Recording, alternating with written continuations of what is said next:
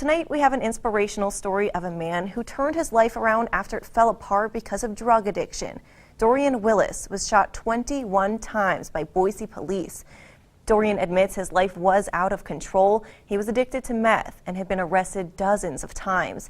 In a desperate attempt to avoid police, a 3-hour standoff ended with him being shot multiple times in the arm, chest, leg, and back. He was in a coma for months.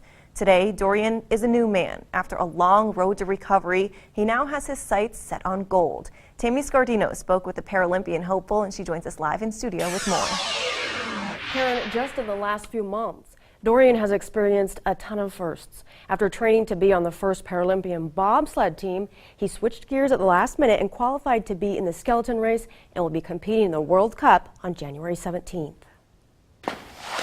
Dorian Willis is prepared to make history. The 2018 Paralympics in South Korea marks the first time adaptive athletes will have the opportunity to go head-to-head in a skeleton race. I never imagined in 100 years that I would be going down a track at 90 miles an hour head first on a little tiny sled.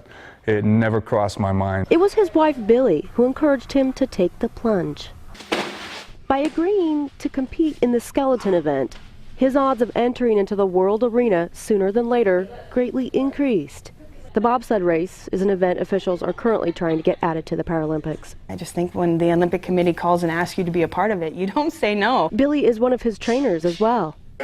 She's my strength every day. I love her with all my heart. Dorian says he fell in love with this sport the first time he made his way down the slippery course. As a motivational speaker that advocates kids say no to drugs, he hopes the exposure will allow his message to be more far-reaching. Bouncing back from not only being a drug addict and being shot 21 times and then having to go to prison, and my life has just turned around and it's amazing now.